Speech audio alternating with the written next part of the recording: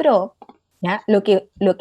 Una de las cosas que va a individualizarse en el contrato de compra-venta es la cosa, porque esa cosa, que es un departamento, es una especie o cuerpo cierto, y va a decir el piso, ¿no es cierto?, el número del departamento, que está inscrito, ¿no es cierto?, a fojas tanto del registro de propiedad del conservador de bienes raíces de Arica, ¿no es cierto?, número tanto.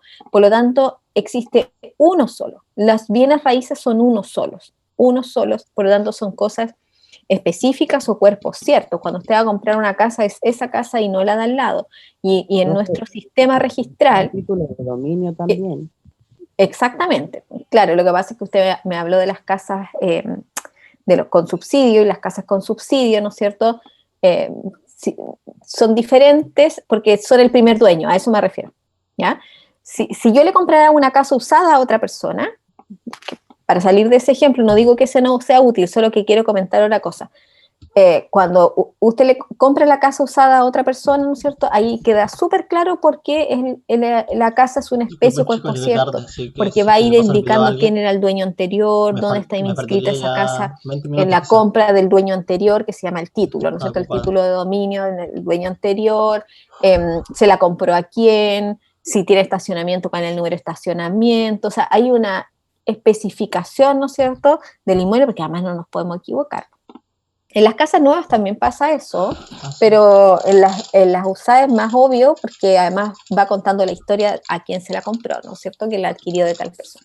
Pero es un buen ejemplo. Todos los bienes que están registrados, registro de vehículos motorizados o el registro conservador de bienes raíces, todos los que tienen registro son especie o cuerpo cierto porque son únicos, están registrados, por eso son. Si están registrados es porque es ese bien y no es otro, aunque las casas o los departamentos, por ejemplo, acá las casas son todas iguales, yo en un lugar en que todas las casas son iguales, pero eso no significa que, ¿Te que, las, comiste en el trabajo? que las No. escrituras de todos sean las mismas.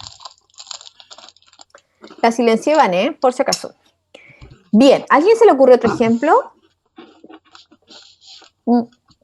De cosas genéricas. Genérica. ¿Qué puede ser genérico?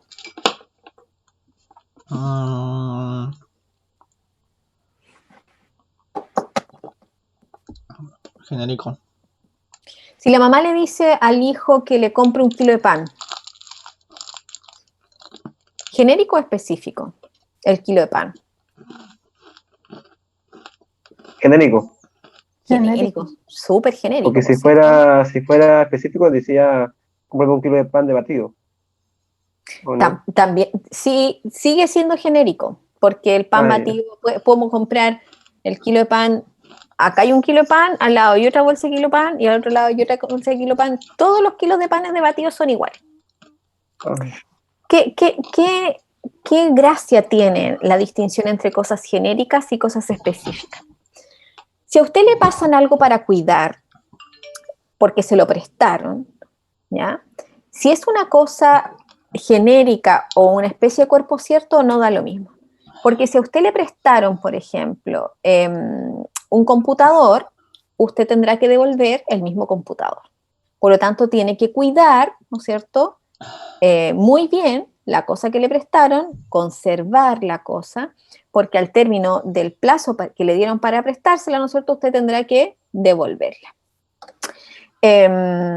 Si a usted la vecina le dijo, vecina, me convida 1 kilo de azúcar, que sabe que estoy cocinando y se me acabaron, pero cuando vaya al supermercado el viernes, en la tardecita se lo paso a dejar. ¿Genérica o específica el kilo de azúcar? Genérico. Es genérico, ¿cierto? Y súper genérico. De hecho, a la vuelta yo cuando llegue el viernes, el kilo de azúcar que ella me dio hace rato que se me acabó, y le voy a haber cumplido, ¿no es cierto?, con 1 kilo bastante diferente, ¿no? Y así con una serie de cosas. Si esa cosa se me extravió, si yo tenía que devolverle, ¿no?, algo que me prestó y se me extravió, pero es una cosa genérica, voy al negocio, se la compro y se la devuelvo. Es como que me dijera, vecina, ¿me presta el diario? ¿Compró el diario ayer? Sí, sí lo compré, préstemelo el viernes, se lo devuelvo. Y resulta que vino el perro, ¿no es cierto?, se comió el diario, ¿y qué hago? Voy al negocio, compro otro diario y el viernes le devuelvo el diario. ¿Se enojará mi vecina si le devuelvo con un diario diferente o no? ¿Qué creen ustedes?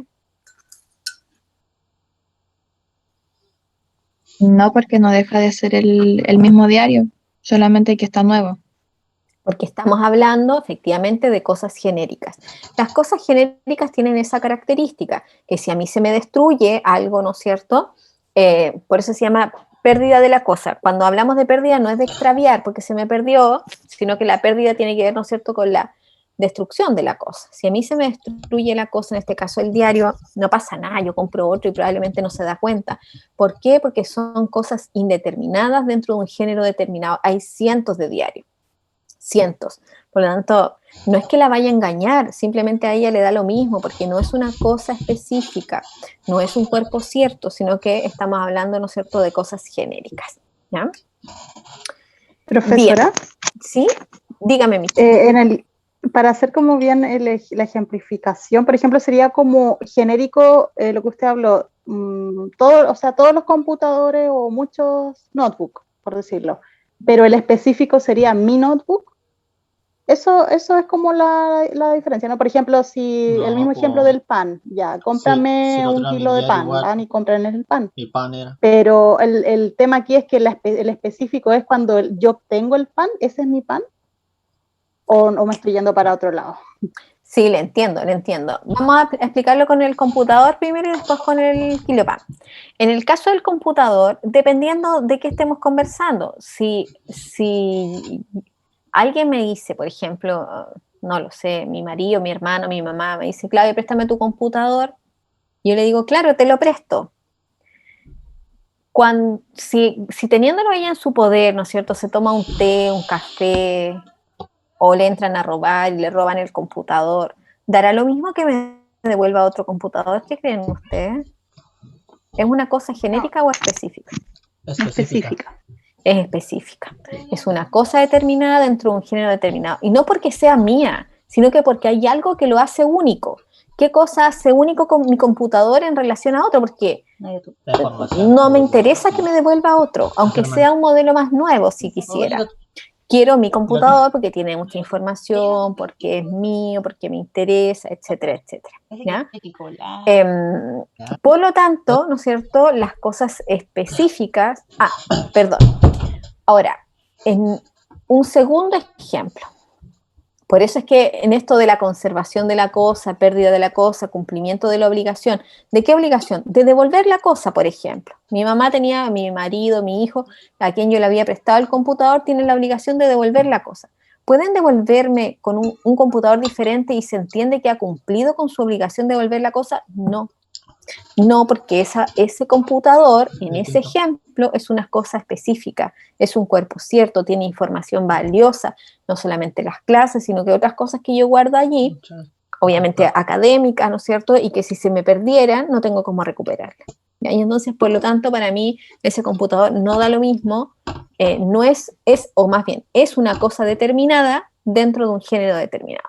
Si yo le digo a alguien, puedes ir a comprarme un computador a tal negocio, ¿no es cierto?, una tienda comercial de acá de Arica, y esa persona, habiendo 10 computadores, elige el computador número 3, da lo mismo. Podría haber escogido el 1, 2 o 3.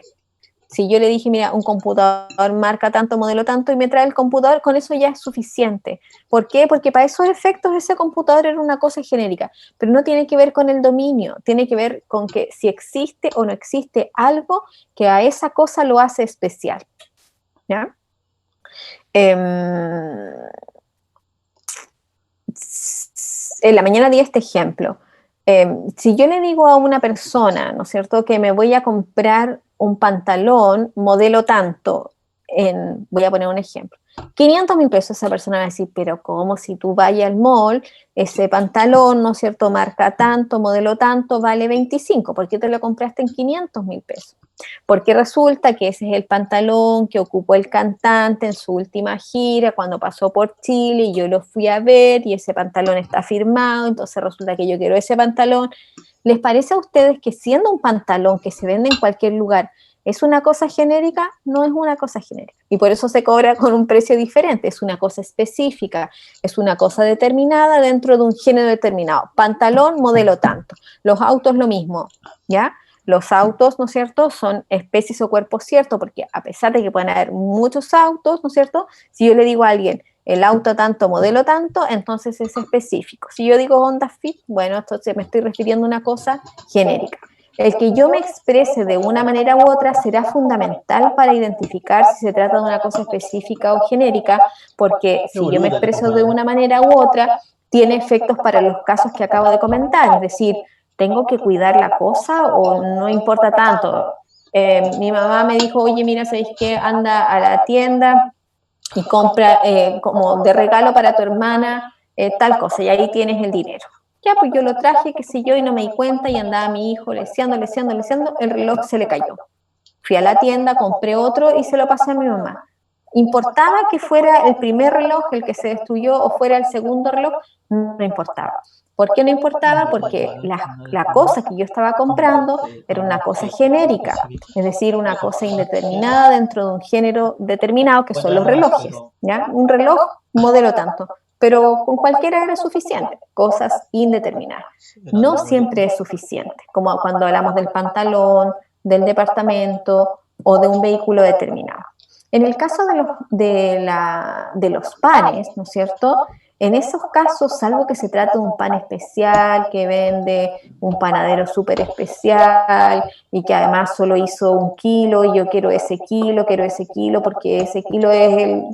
Salvo eso, que sería muy extraño, pero no digo que no, en realidad el pan es una cosa genérica. O sea, si me dice tráeme 1 kilo de batido, podría ir a la San Antonio, que es rico, pero nunca tanto. Podría ir, ¿no es cierto?, a una que se llama, creo que se llama Las Américas, de Camino a las Pesqueras, que tiene un pan exquisito, batido. Podría ir a la H&H, que tiene un pan batido espectacular.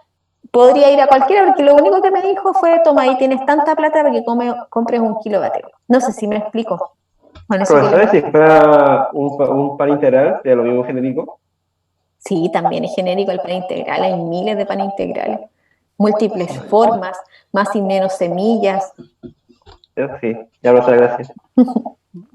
Profesora, por lo menos yo ahora sí ya entendí. Gracias. Sí, de hecho, si la mamá le dice a usted tráigame un pan integral del supermercado, es evidente que es una cosa genérica, porque hay 1000 panes integrales en el supermercado, ¿cierto? Estarán los que salen de ahí mismo del horno, estarán los que vienen empaquetados, hay unos que son como molde bien grande, hay unos que se llaman multigrano, y si la mamá no le dijo, y solo dijo tráeme, ¿no es cierto?, un pan de molde, o más bien un pan de molde igual, un pan integral, usted cumple con la obligación que la mamá le dio, trayéndole el que sea, porque todos son integrales. ¿Por qué? Porque le pidió una cosa indeterminada dentro de un género determinado, que son los panes integrales. Y es un género tan amplio de los panes integrales. Algunos son ricos y otros muy, muy malos, pero con cualquiera usted cumple con su obligación de llevarle el kilo de pan, porque para todos los efectos eso fue lo que cumplió, 1 kilo de pan integral, ¿ya? Bien, las cosas, vamos ahora a otra clasificación, las cosas pueden ser consumibles o no consumibles. La consumibilidad o no de las cosas solo se aplica a los bienes muebles, ¿ya?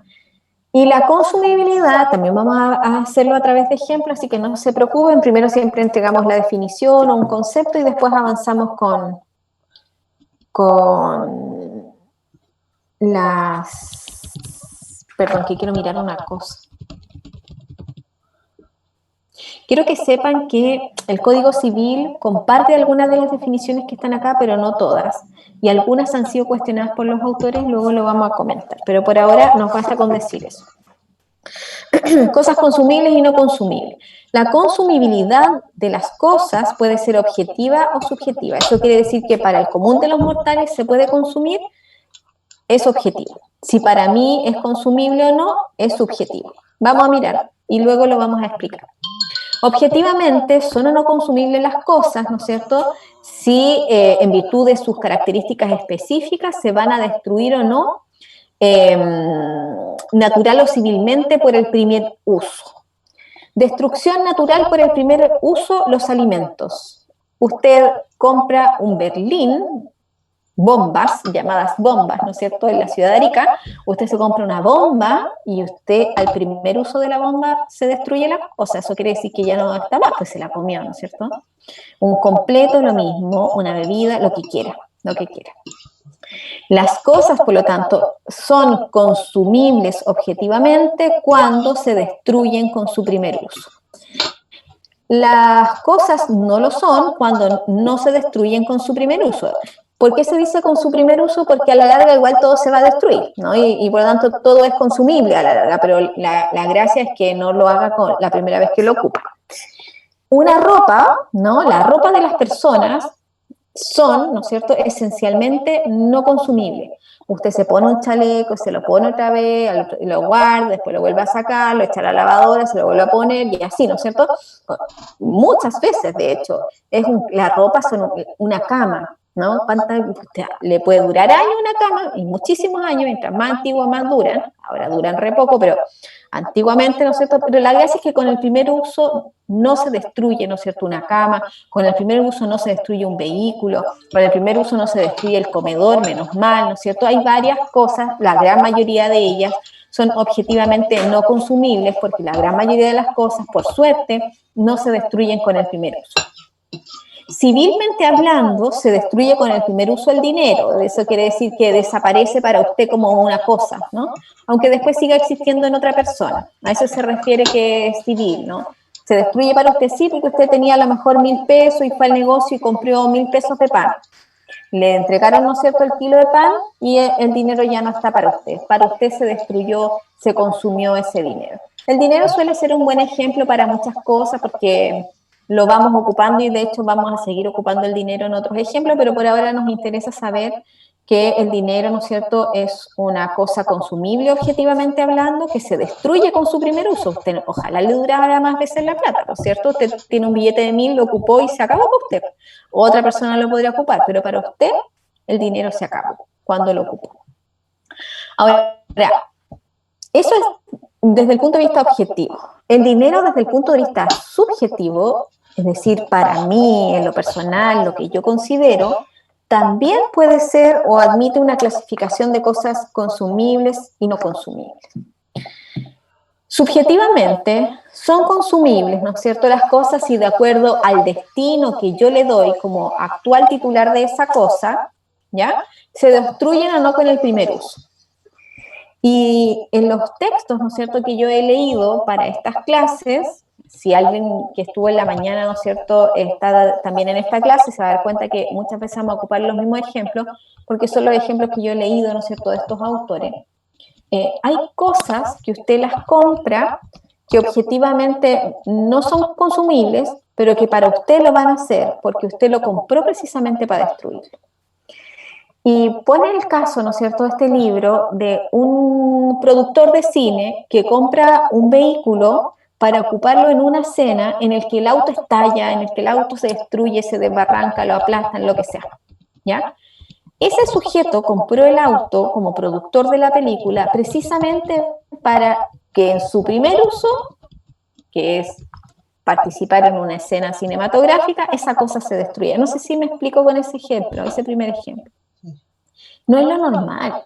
Nadie compra un auto para que con su primer uso se destruya. Pero este caballero, como lo hizo así, para él, subjetivamente, para él que es el dueño actual, ¿no es cierto?, de la cosa, efectivamente se va a destruir. ¿Se entiende ese ejemplo? Sí, profe. ¿Se entiende, profe?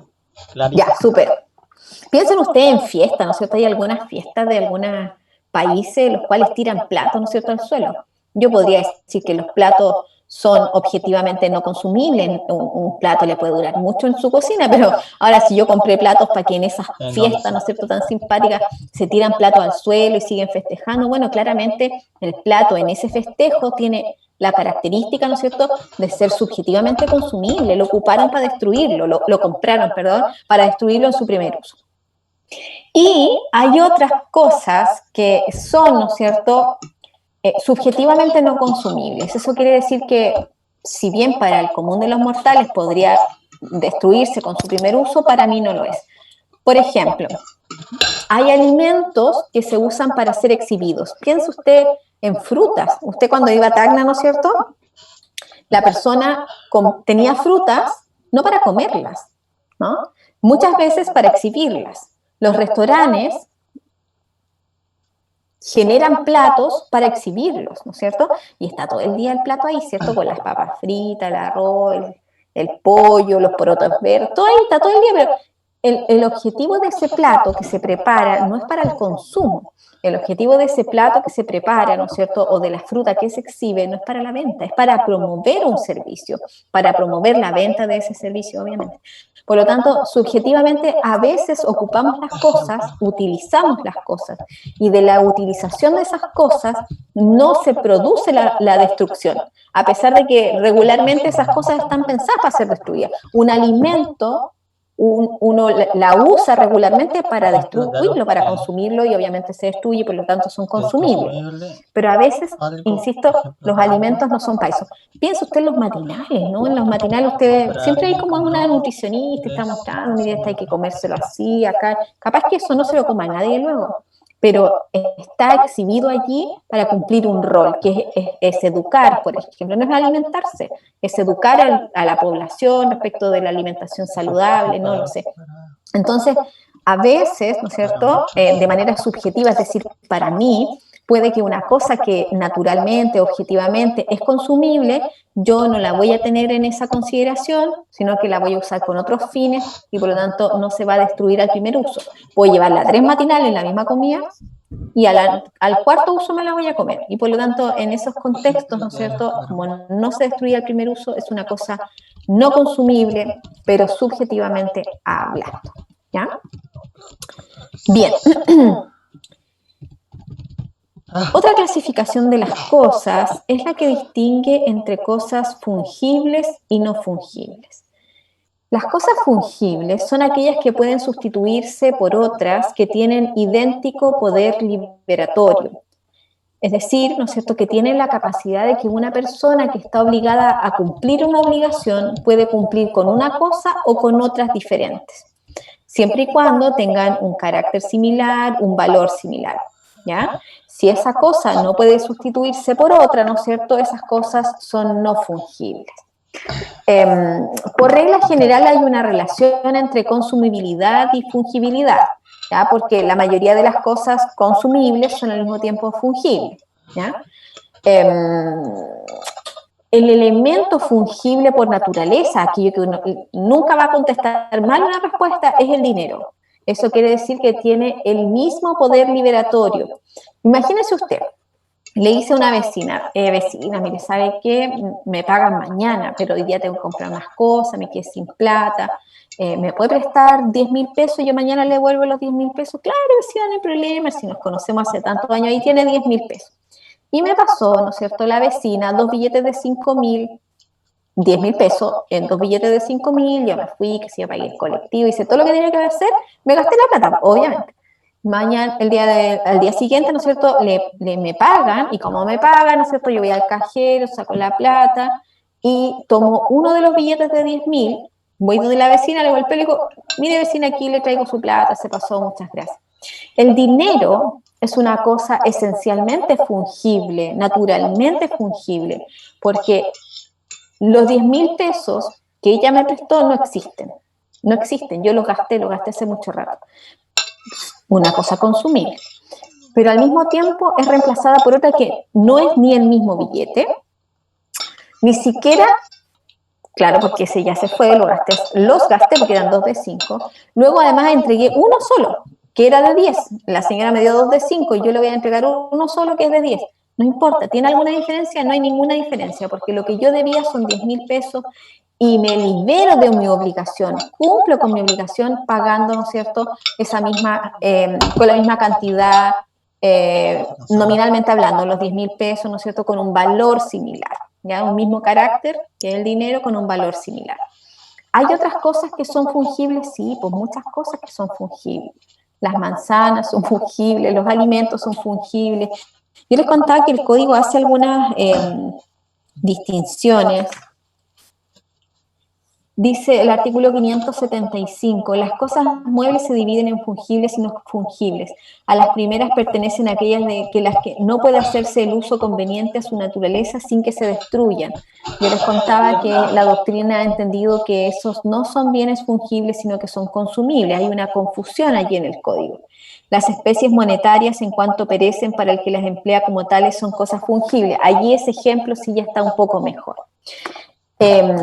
Cosas fungibles, ¿no es cierto? Cosas fungibles, cosas que pueden ser reemplazadas unas por otras y presentan, por lo tanto, en esa sustitución, en ese reemplazo, el mismo poder liberatorio. Vecina, ¿no es cierto? Usted puede... ¿qué cosa a lo mejor me prestó además de dinero? ¿Qué otra cosa además de dinero me puede prestar y yo mañana le devuelvo, ¿no es cierto? Pero como le estoy devolviendo la misma cantidad, la misma calidad, no hay problema. ¿Qué otra cosa se les ocurre a ustedes? Además de dinero, ¿qué otra cosa me puedo obligar a devolver? 1 kilo de azúcar. De loza. Un lavaloza, 1 kilo de azúcar, son súper buenos ejemplos. Si la vecina me dijera, atención con esto, vecina, mire, ¿sabe qué? Resulta que voy a tener un invitado, a llegar familia de Santiago, y yo sé que usted tiene una cama que no usa, me la presta, que si ya, sin el problema, vecina, ya subí a su casa, saco la cama, la pongo acá. Por lo que sea, la cama se destruyó, ¿no es cierto? Vino el perro, se subió, la mordió, este perro hace cada cosa, ya con usted. Estaba aquí el año pasado, o el primer semestre le puse una almohada y de repente la veo y estaba llena de cuestiones en la cara. Es un desastre esa perra, hace de todo. Bueno, entonces yo me imagino que mi perra sí podría hacer eso. ¿Yo puedo devolverle otra cosa a ella? No, no es 1 kilo de azúcar. Voy a tener que ir a hablar con ella y le voy a tener que explicar, mira, sabe, vecina, disculpe, pero... yo sé que hay que devolver la cama la semana siguiente, ya se cumplió la semana, mi familia ya se fue, pero resulta que en un descuido la puerta quedó abierta, la perra entró, dejó la escoba y la cama se destruyó. El colchón al menos ya no sirve para nada. Entonces me va a decir, ¿qué me puede decir la vecina? Me puede decir, mire, ¿sabe qué? No se preocupe si total la cama está vieja. Mire, ¿sabe qué? No se preocupe, cómpreme otro colchón si total... colchones hay muchos, pero ella me lo tiene que decir, porque lo que ella destruyó, lo que el animal destruyó, ¿no es cierto?, no es una cosa así nomás, ¿no es cierto?, reemplazable. Ella me va a tener que autorizar a reemplazarlo y yo voy a tener que explicarle, ¿no es cierto?, que efectivamente la cosa se destruyó y si me autoriza, ¿no es cierto?, a comprarle una cosa diferente, porque lo que ella me prestó ya no se lo voy a poder devolver. Ella me prestó algo y yo no se lo puedo devolver. Distinto hubiera sido, como dicen ustedes, si la vecina me prestó 1 kilo de azúcar. Si me prestó 1 kilo de azúcar, lo natural es que esa cosa ya no exista más. Por eso es que entre la fungibilidad y la consumibilidad hay una relación. Generalmente las cosas fungibles son al mismo tiempo consumibles. Entonces, cuando a mí me prestan 1 kilo de azúcar o me pasan esta suma de dinero, es obvio que yo no le voy a devolver, el mismo kilo de azúcar, le voy a pasar otro, obviamente, la misma cantidad y evidentemente ojalá el mismo valor o calidad similar. ¿Ya? Y con eso será suficiente, ojalá si es la misma marca, para ser más o menos como buena vecina, pues para que me preste de nuevo, porque si además le compro una cuestión nada que ver. Ya, pero supongamos que sí, que le presté le devolví algo, tiene esa capacidad, ¿no es cierto? La habilidad, la capacidad, la aptitud más bien, de tener el mismo poder liberatorio. La vecina me va a decir, ya, vecina, no se preocupe, cuando quiera nomás me pide, ¿no es cierto?, lo que le haga falta. Yo me voy a mi casa feliz porque cumplí con lo que le debía, pero con el colchón no pasa lo mismo. Yo no puedo, voy a tener que ir a hablar con ella. Le voy a tener que decir, me sabe lo que pasó. No sé si me explico con esas situaciones.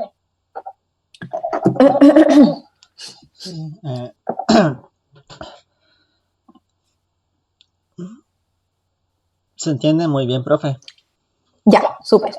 Me van contando por último en el chat, por el audio, como quieran, si es que van quedando dudas. Una de las clasificaciones, son todas interesantes y son todas importantes, pero esta que vamos a ver ahora tiene relevancia y el próximo año cuando estudien las obligaciones lo van a ver también. Tiene que ver con que hay ciertas cosas que son principales y hay otras cosas que son accesorias. Son principales, ¿no es cierto?, aquellas cosas que existen independientemente de otras, no requieren de otras para existir. Y hay otras que son accesorias que existen, ¿no es cierto?, en la medida que hay otras, sin las cuales, o sea, si no existieran estas otras, ¿no es cierto?, no podrían subsistir. Entonces, las accesorias existen en la medida que hay otra principal. Si no existe la principal, no van a poder seguir existiendo. Las principales, por el contrario, existen, ¿no es cierto?, por sí mismas, no requieren de otras para seguir existiendo. Esta idea, ¿no es cierto?, de cosas principales y accesorias, es relevante, lo vamos a estudiar también a propósito de la accesión como modo de adquirir el dominio. Este principio de lo principal y lo accesorio se aplica tanto a cosas corporales como a cosas incorporales. Lo vamos a explicar en la lámina siguiente también. ¿Cuándo se entiende que hay una cosa accesoria y una principal? Bueno, como se indica acá, y también lo vamos a ver en la accesión, podríamos decir que son principales aquellas que existen por sí solas y no requieren a otras. Podríamos decir, ¿no es cierto?, que hay cosas accesorias cuando esas accesorias están llamadas a servir, ¿no es cierto? Su función, su finalidad es servir a la principal. El código pone algunos ejemplos, como por ejemplo, una espada es la cosa principal y la vaina en la que se pone, ¿no es cierto?, la espada es la cosa accesoria, porque no habrían vainas si no existieran espadas. O sea que ya saben ustedes que el código es muy antiguo, entonces sus ejemplos son rarísimos, pero eso es. O también pone ejemplos de lo principal y lo accesorio a propósito de un anillo, de diamante o de perla, ya no me acuerdo, de diamante parece. La piedra dice que queda engastada en un anillo. Si usted tiene una piedra valiosísima, ¿no?, un brillante que es más o menos de 2,5 millones, y un anillo normal de oro blanco, oro amarillo, ¿no es cierto?, que costará 500 lucas, uno se pregunta qué es lo accesorio y qué es lo principal, ¿no es cierto? En un anillo lo importante será la piedra del anillo o el anillo propiamente tal donde va a estar engastada, ¿no es cierto?, la piedra preciosa, ¿no? Entonces uno podría decir, bueno, evidentemente que hay una que tiene la finalidad de soportar, ¿no es cierto?, esa piedra, y por lo tanto la piedra es lo principal y lo accesorio será el anillo. El valor también lo será, como en el caso que acabo de comentar, que podría complementar el ejemplo, el volumen, ¿no es cierto? La cosa más grande es la cosa principal y la cosa más pequeña, ¿no es cierto?, es la cosa accesoria. No hay criterios únicos, como les cuento. Esos criterios están explicados a propósito de este modo de adquirir el dominio, ¿no es cierto?, accesión.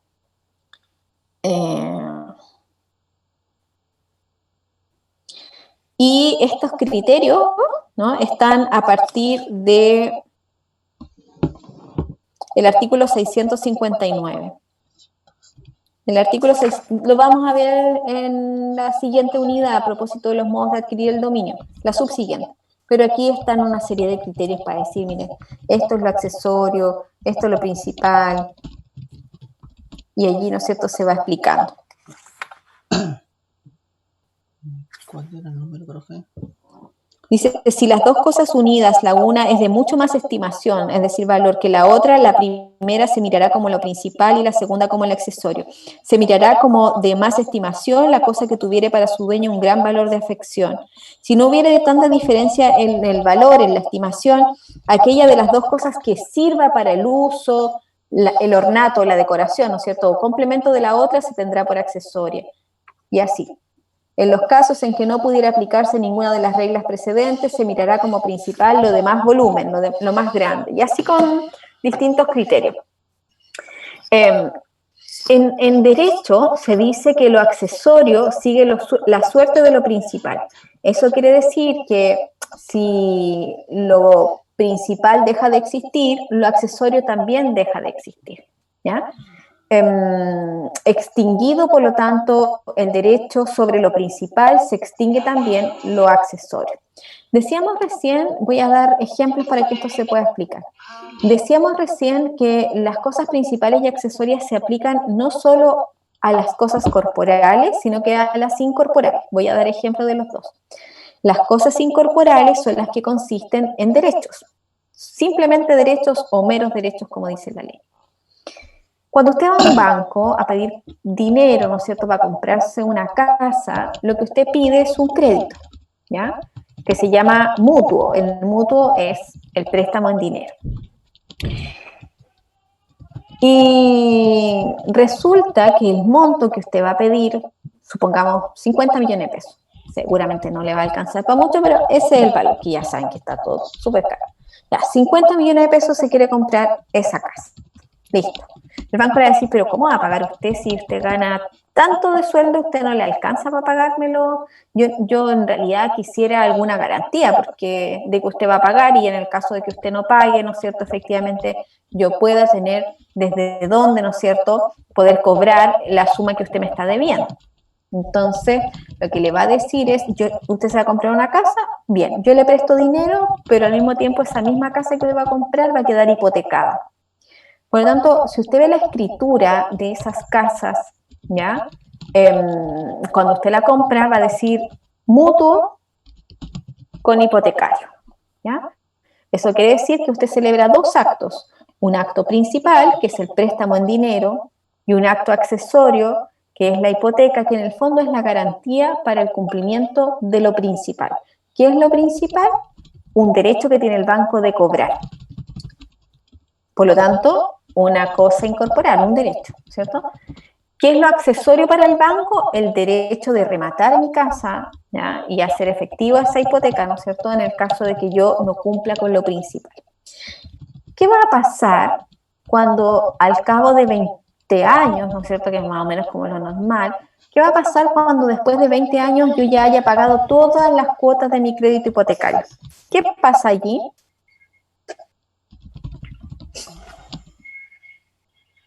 Si usted termina de pagar todas las cuotas de su crédito hipotecario, ¿seguirá su casa hipotecada, sí o no? No, recién la casa pasa a ser de la persona. Se acaba, ¿no es cierto?, la hipoteca, y más que pase a ser de uno, ¿no es cierto?, lo que va a pasar es que usted ya no va a estar permanentemente preocupado de pagar todas las cuotas, porque si no paga las cuotas, ¿no es cierto?, lo que va a pasar es que le van a rematar la casa. Ya no va a estar preocupado por eso, porque una vez que usted extinguió lo principal, que es el mutuo, el préstamo, que usted pagó el préstamo, se acabó la hipoteca. ¿Por qué? Porque el préstamo es lo principal y la hipoteca viene a garantizar que usted va a cumplir con lo principal. El vínculo con el banco es porque le prestó plata. Ahora el banco lo que está haciendo es intentar asegurar que esa plata usted la va a pagar. ¿Cómo la asegura? A través de la constitución de la hipoteca. Y entonces, ¿qué sentido tiene que la hipoteca siga existiendo si ya usted cumplió con la obligación que estaba garantizándose a través de la hipoteca? Ninguno. Y lo que hace entonces es que lo accesorio sigue la suerte de lo principal, y por lo tanto, si lo principal se extinguió, porque usted ya pagó todas las cuotas y ya no hay más deuda, ¿por qué tendría que haber, ¿no es cierto?, una hipoteca? No existe más hipoteca. Entonces, de eso se trata, ¿no? Lo accesorio sigue la suerte de lo principal. Y en el caso, me van contando si se va entendiendo. Esa idea, ¿no es cierto?, de lo principal y lo accesorio también se aplica a las cosas corporales, no solo a los derechos. Y a veces no nos damos cuenta, pero eso resulta más o menos cotidiano. Si usted tiene un árbol en su casa y ese árbol le da fruta, ¿no?, cualquiera que sea la fruta que le dé, o incluso si le da flores, cualquiera sea las flores que le dé, ¿usted se hace dueño de esas frutas o de esas flores, sí o no?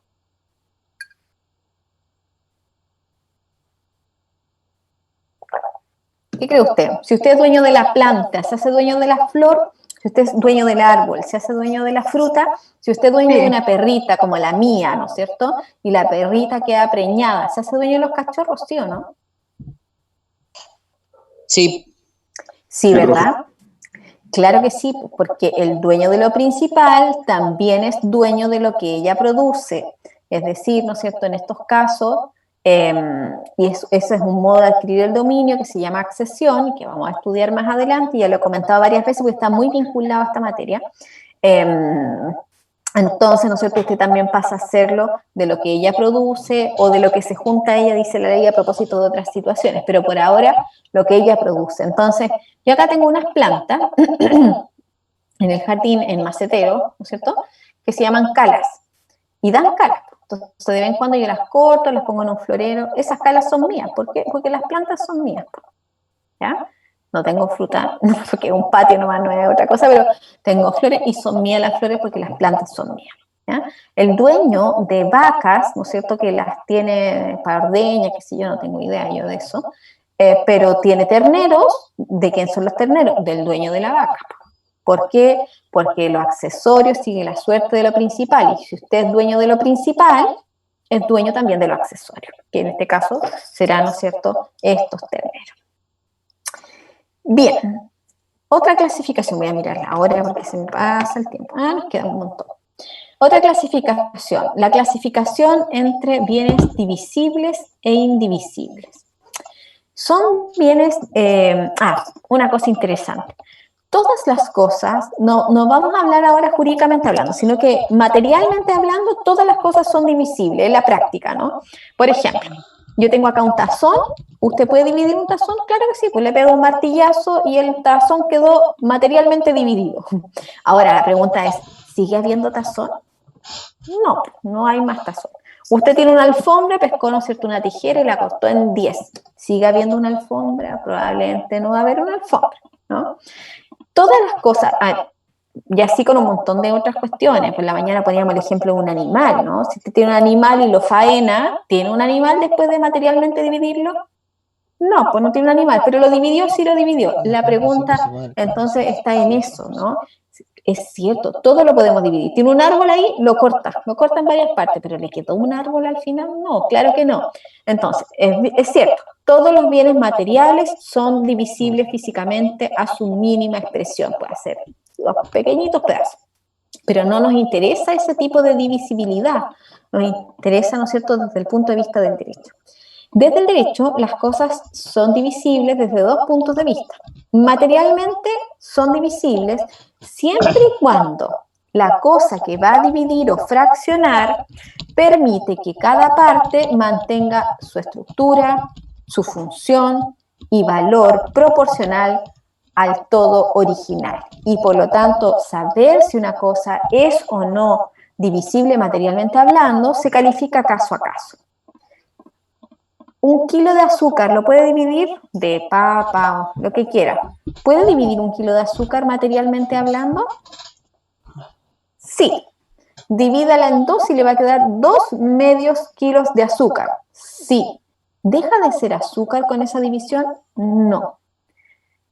Sigue siendo azúcar, claro, es menos cantidad y probablemente vale menos, porque si usted tenía un kilo que vale no sé cuánto, vamos a poner el ejemplo, 1.200 pesos, y ahora tiene 2 medios kilos, tiene un medio kilo de 600 y otro de 600 que tiene azúcar, lo que sea, ¿no es cierto? Hay un valor proporcional al todo, que era el kilo de azúcar, pero mantiene su estructura y mantiene su función. ¿Qué otra cosa a ustedes se les ocurre que pueden dividir materialmente hablando, ya? Y que mantengan esto, por lo tanto, si se puede dividir materialmente es porque mantienen esta función, esta estructura. ¿Qué creen ustedes que pueden dividir?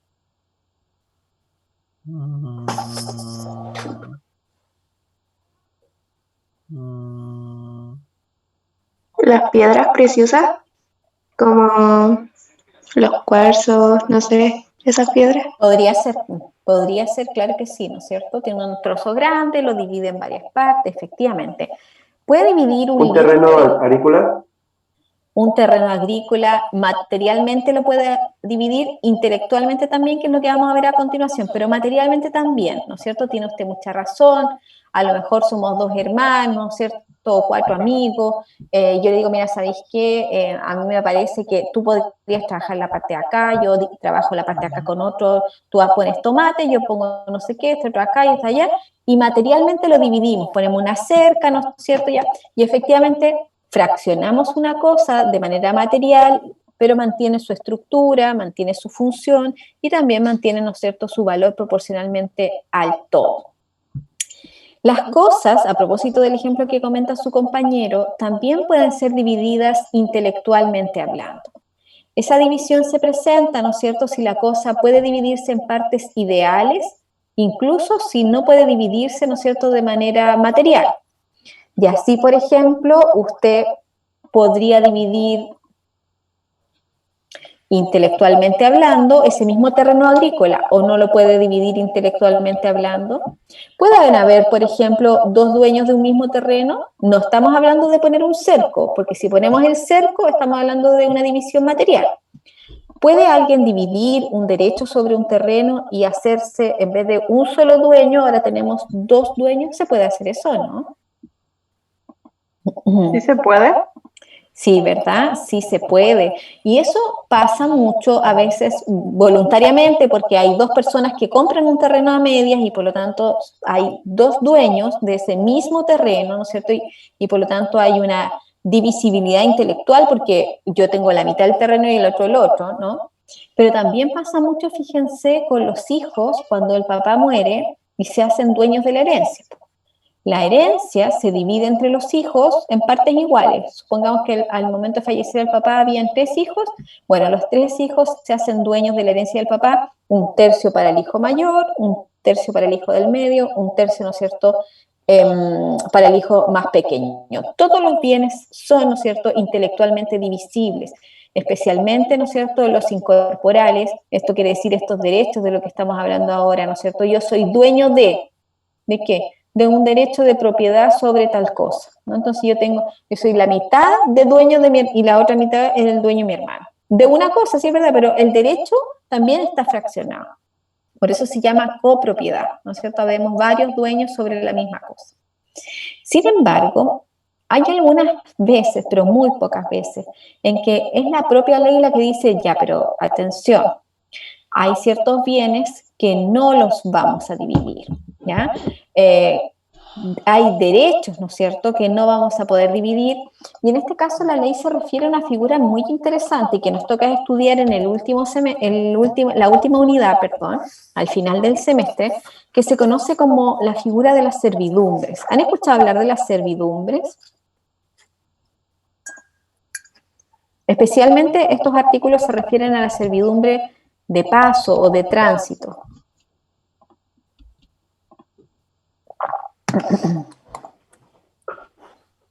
Profesora, ¿Sí, nuestro Erwin? profesor de procesal habló un poco de la servidumbre el semestre pasado, pero fue como que lo nombró nomás, no quiso adentrarse mucho, para no confundirnos.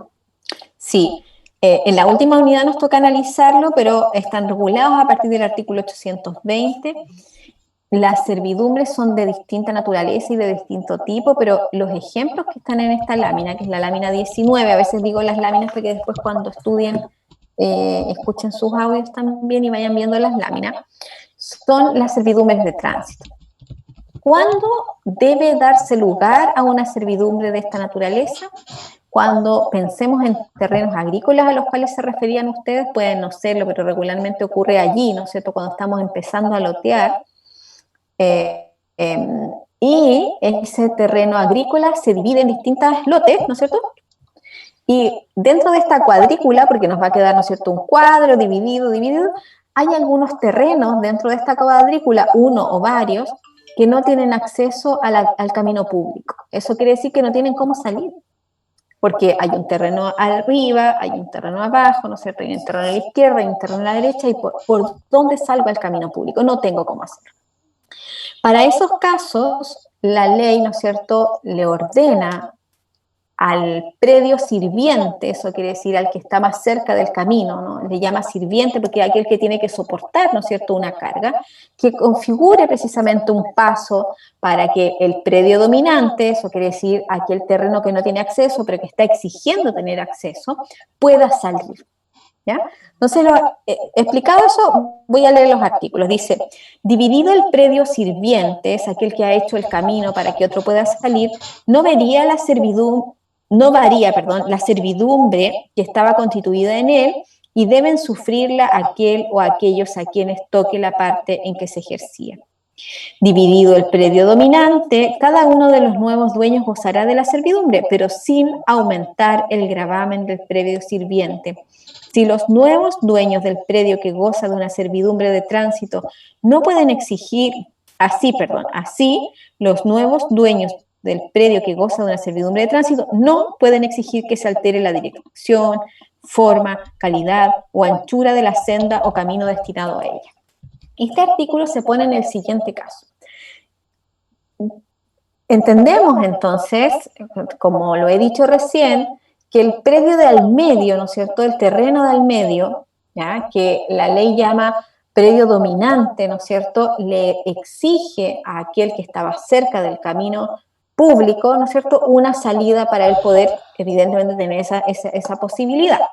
Ese se llama predio sirviente, es aquel que está soportando, ¿no es cierto? Por eso se llama servidumbre. Aquel que está soportando esa carga, es una carga que tiene que soportar. Supongamos que el predio dominante, este que está al centro, se dividió por dos y le vendió la mitad a otro caballero. Ese otro caballero le puede exigir al predio sirviente que le haga otro camino, porque ahora son dos los que quedaron en el medio, ¿no es cierto? Ya hay dos dueños. El mismo terreno que se dividió en dos y quedaron dos dueños. Se tiene también que ampliar la servidumbre, mejorar la servidumbre, ponerle otro camino a este otro caballero que queda en el medio. No. La ley dice entonces que la servidumbre es un derecho intelectualmente indivisible. Se constituyó una vez y es ese con el que se va a quedar. Y la persona, ¿no es cierto?, que es la que está soportando este camino, ¿no es cierto?, porque esa persona en definitiva pierde parte de su terreno, si eso hay que admitirlo. Necesitamos hacer un camino para que esa persona pase con un auto además, ¿no? Y si el terreno a lo mejor, perdón, no es tan grande, ¿no es cierto?, tener que poner una franja de camino para que el otro caballero pueda salir, obviamente, ¿no es cierto?, no lo hacemos tan feliz, ¿ya? Lo que hace entonces la ley es decirle, mire, si el predio dominante se dividió, que se conforme con lo que había allí, ¿ya? Lo mismo si el predio sirviente se divide, ¿ya? También podría partirse, si es verdad, si eso puede pasar, pensemos en terrenos grandes, con entradas y salidas grandes, a lo mejor hay que andar, no sé, por media hectárea, 1 kilómetro, 2 kilómetros, no sé cuánto para llegar al del medio, si eso puede pasar, sobre todo en algunas partes, seguramente del sur de Chile, donde los terrenos son diferentes. Eso podría pasar y ninguno de los dos va a tener que alterar el derecho que ya se constituyó. Ese derecho no se divide, por más que ahora habemos dos personas que tenemos que soportar el camino, listo, somos dos personas que soportamos el camino. Se dividió el terreno y la servidumbre pasa por las dos partes y los dos lo tenemos que respetar, ni se aumenta ni se mejora la posición del otro sujeto, simplemente nos quedamos como estamos, porque lo que entiende la ley es que esta servidumbre es intelectualmente indivisible y no se va a alterar ya más, ni para mejorar, ni para desmejorar, ¿no es cierto?, la posición de ninguno de esos predios. No sé si se entiende este ejemplo. En realidad no es un ejemplo, es lo que la ley nos indica, pero un ejemplo de una cosa intelectualmente indivisible. No es que uno se quede con media servidumbre y el otro se quede con otra media servidumbre, no, es la servidumbre y ya. A eso se refiere que es intelectualmente indivisible, aunque el terreno se haya dividido. ¿Se entiende eso?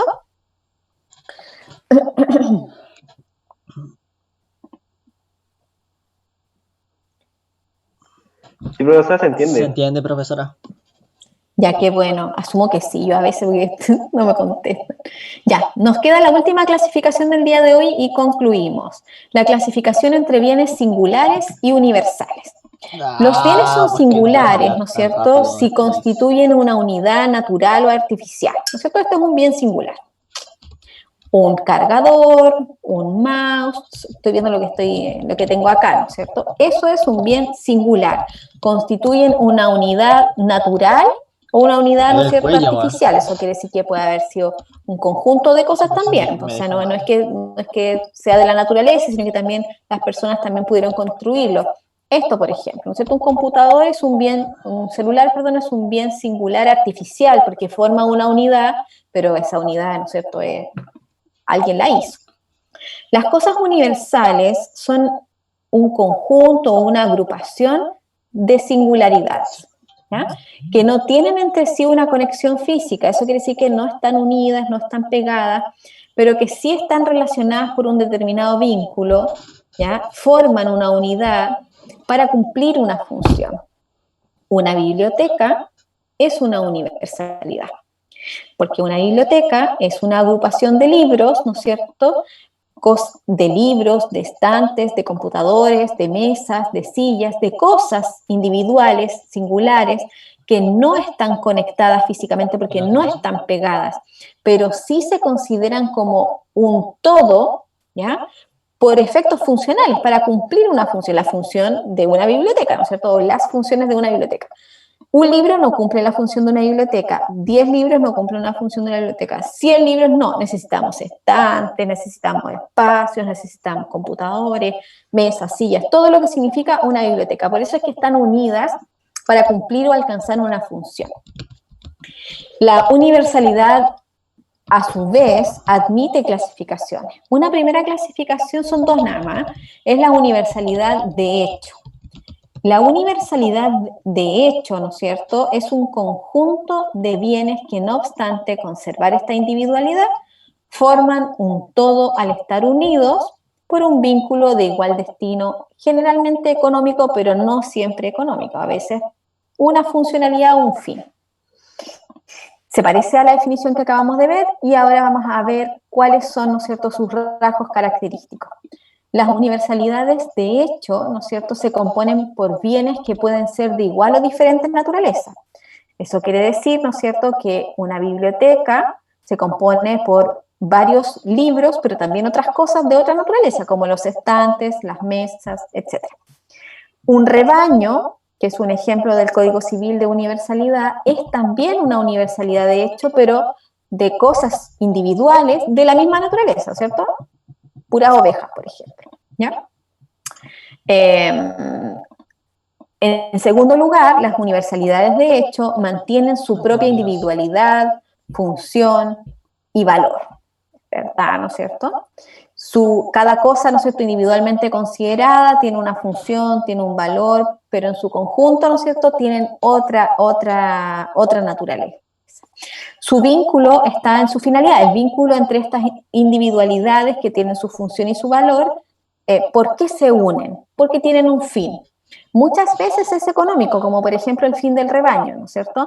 Pero no siempre es económico, como sucede con la biblioteca.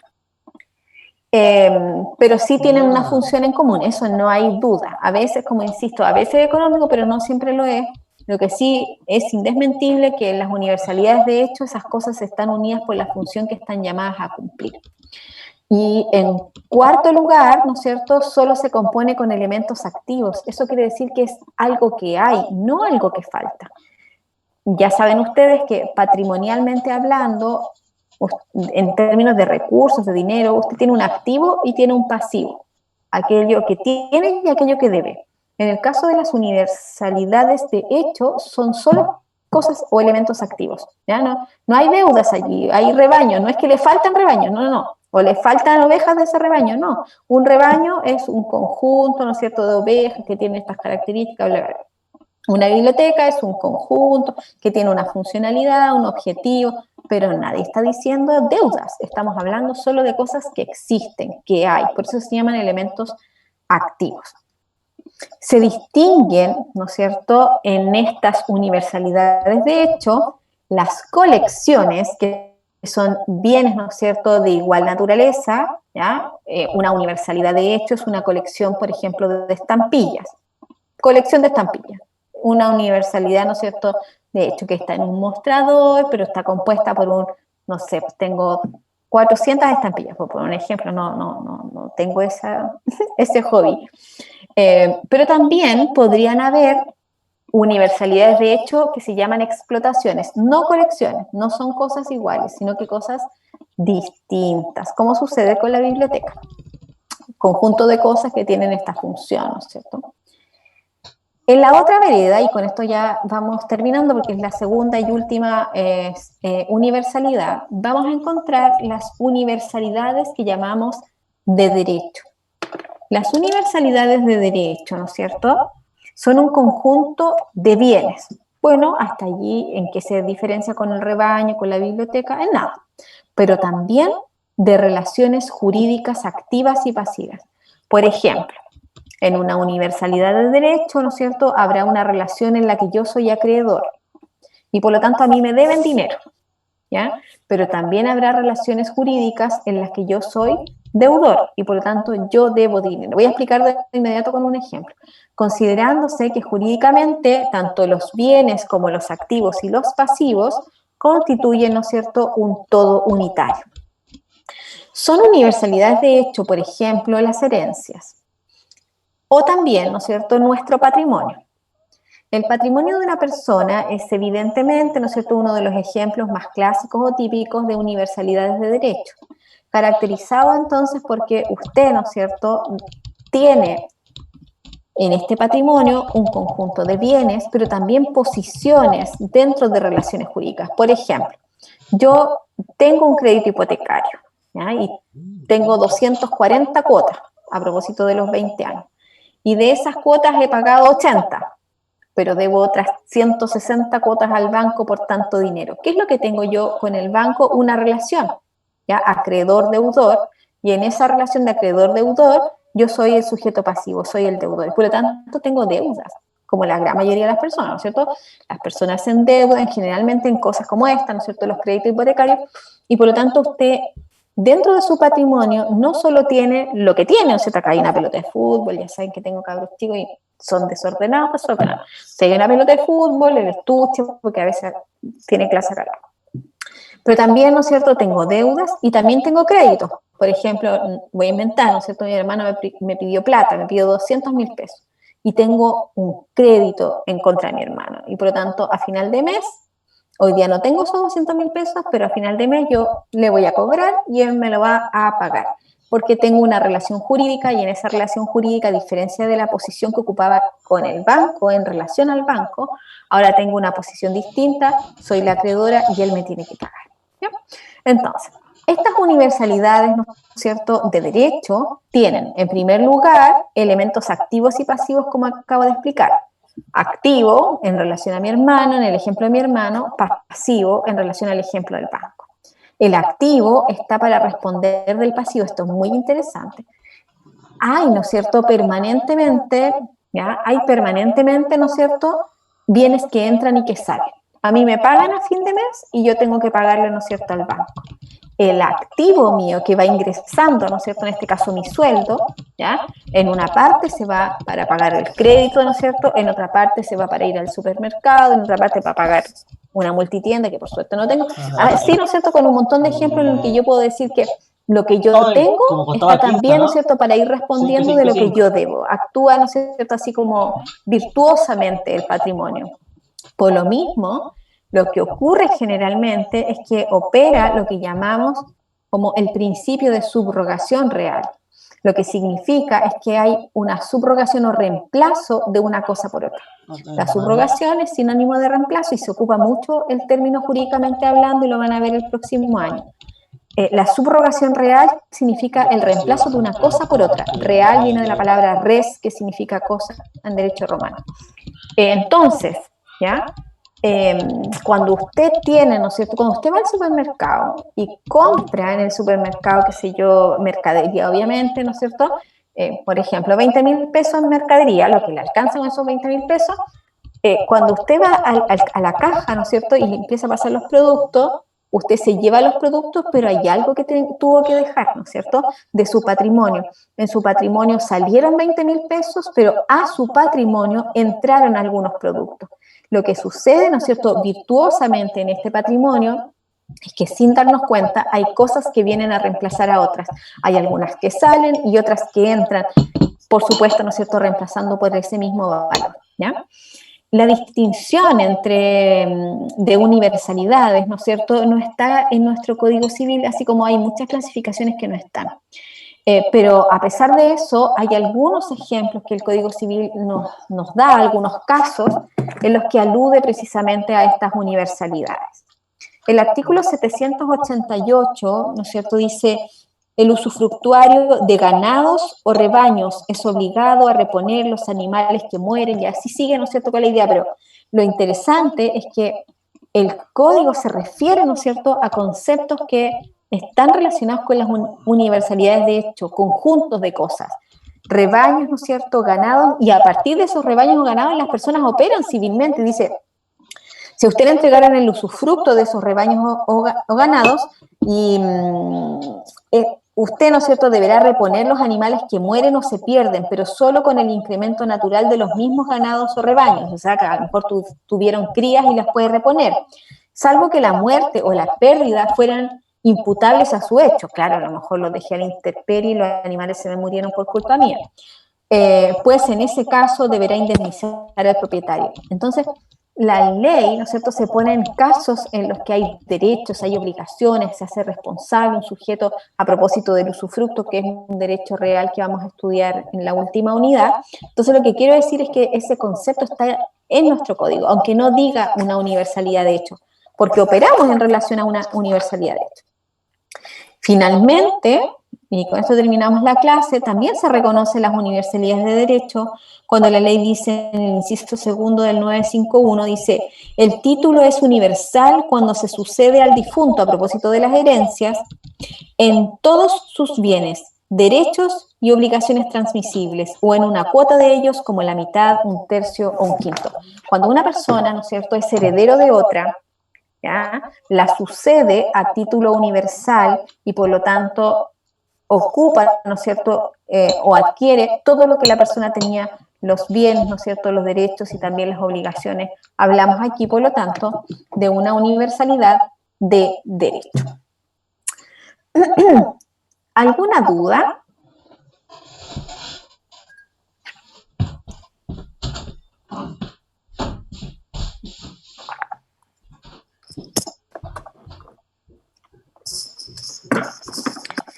Parece que no. Entonces, hoy día ya, ¿no es cierto?, como una semana extraordinaria, yo les agradezco, ¿no es cierto?, que podamos tener esta sesión. Hemos tenido durante esta semana entonces ya nuestras 3 clases y nos estaríamos viendo el próximo lunes, ¿no es cierto?, a las 14:45 como siempre. Que tengan una buena semana y también, por supuesto, un excelente fin de semana. Que les vaya súper bien. Nos vemos. Chao, profe. Chao, profe, gracias. Gracias. Chao, que les vaya bien. Chao, profesora, muchas gracias. Chao, gracias a usted. ¿Sí? Disculpe, quería hacerle una consulta. Lo que Dígame. pasa es que usted está haciendo clases presencial, ¿cierto? Sí, para un grupo de civil 1. Que lo que pasa es que a mí se me complica ir por el tema de que tengo a mi hija, pero podría ir, por ejemplo, alguna vez que tenga ganas de ir con ella, algo así. Mire, lo que le estaba comentando al comienzo de la clase es que no, los alumnos de este grupo no van a poder ir al otro grupo, porque lo que se nos pidió es que la presencialidad o es para todos o es para ninguno. Y entonces, yo tengo que garantizar que el grupo de Civil 1 pueda ir completo, porque son súper poquitos, ¿ya? Y tendría que garantizar que si ustedes también quieren ir, ¿no es cierto?, presencialmente, todos puedan ir. Y me pasaría la misma cosa, ¿no es cierto? Ahí sí que se llenaría la sala y no podríamos cumplir con los aforos. Pero lo que sí le puedo comentar es que ya que no van a poder ir, no hay problema para que se conecten y puedan hacer preguntas. Y lo otro que les creo que se conecten, porque además, a pesar de que es una clase presencial, igual la estamos transmitiendo por Zoom.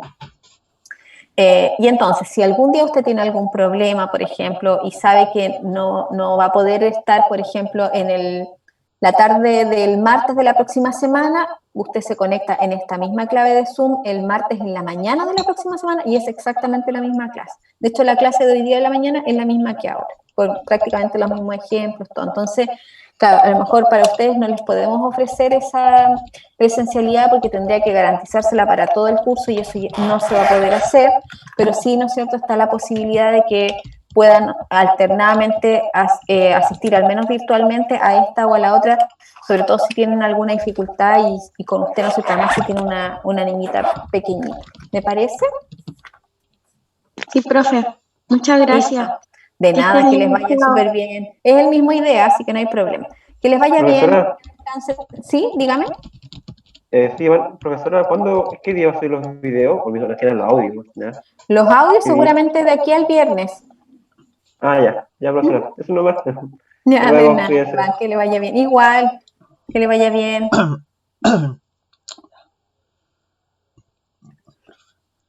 Record.